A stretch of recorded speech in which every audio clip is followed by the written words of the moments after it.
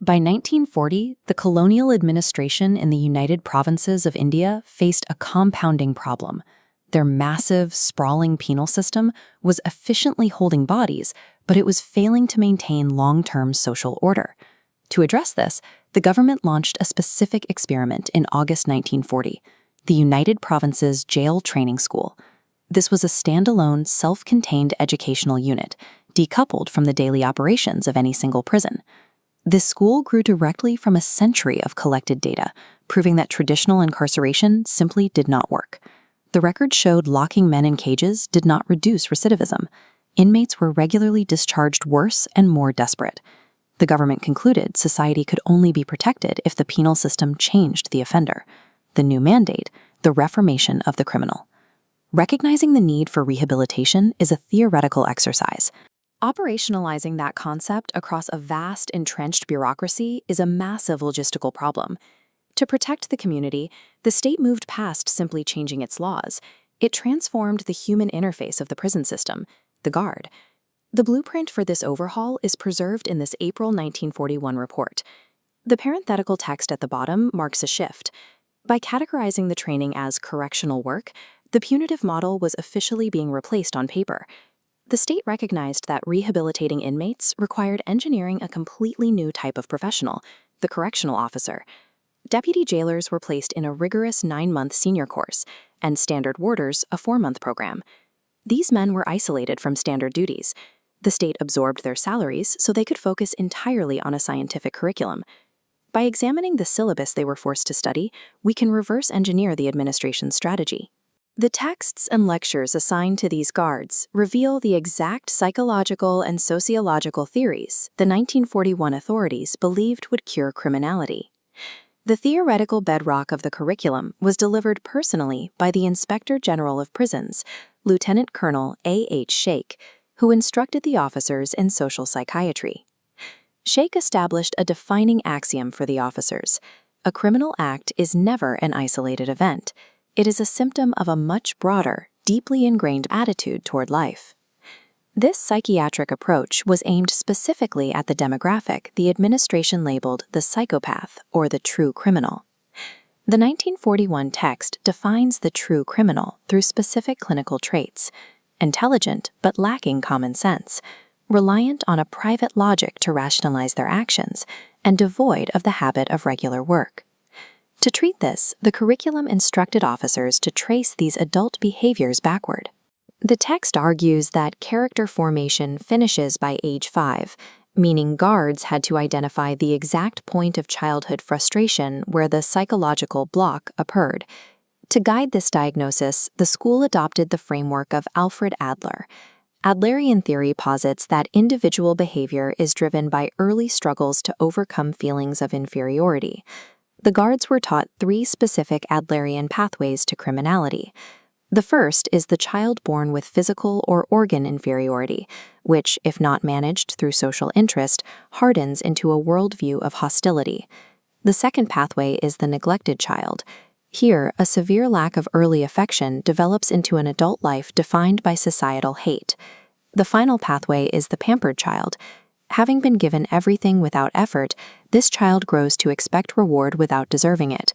When reality denies them, they resort to theft and antisocial behavior to take what they feel they are owed.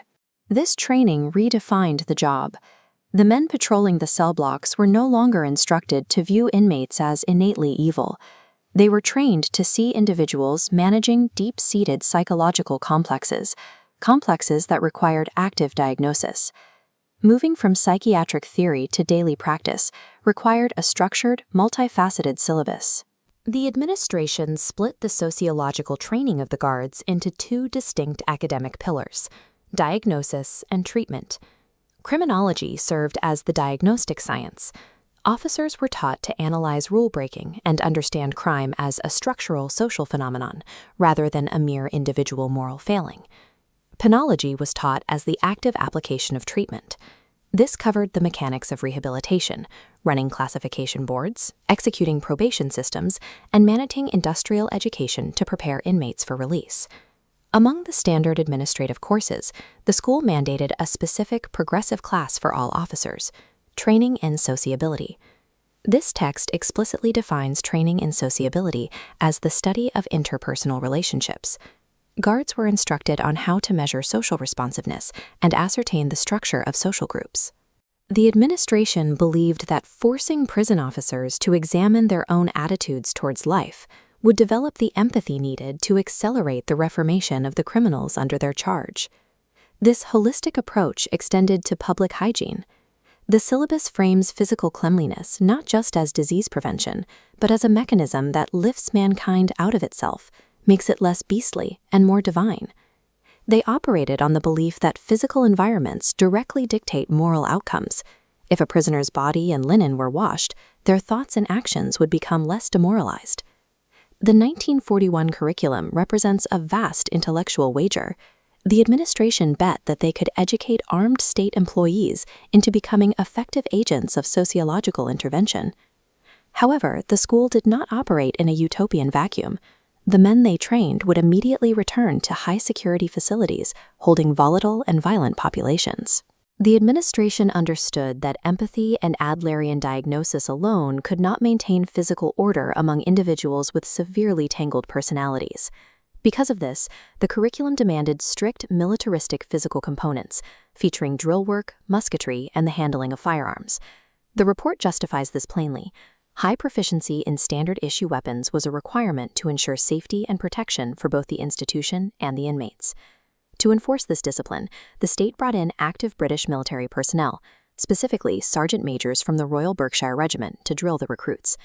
The officers themselves were subjected to intense administrative control. The state dictated their age brackets, forced them into school messes, and banned them from living with their families or securing private lodging during the training. The psychological justification was that rigorous military drill fostered the personal discipline and self-control that the guards were tasked with instilling in the inmates. This reveals the core tension of the 1941 model. The state required an officer to be an empathetic psychological diagnostician who was simultaneously drilled to deploy military force at a moment's notice. The correctional officer produced by the 1941 curriculum was a walking paradox of state power and social science.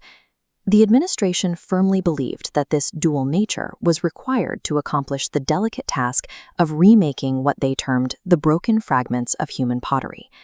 The leadership reached a definitive philosophical conclusion. Neither pure punishment nor unchecked leniency can fix a human being. True change relies entirely on helping the criminal understand their own situation. Achieving that behavioral change requires an institutional apparatus that doesn't just cage its captives, but actively diagnoses their deepest hidden motives. It placed a massive, lonely burden on the newly minted professionals stepping out of the classroom and onto the prison wards. The UP Jail Training School stands as a vital historical artifact. It marks the moment a state recognized that true public safety is achieved by diagnosing and treating the mind, rather than locking away the body.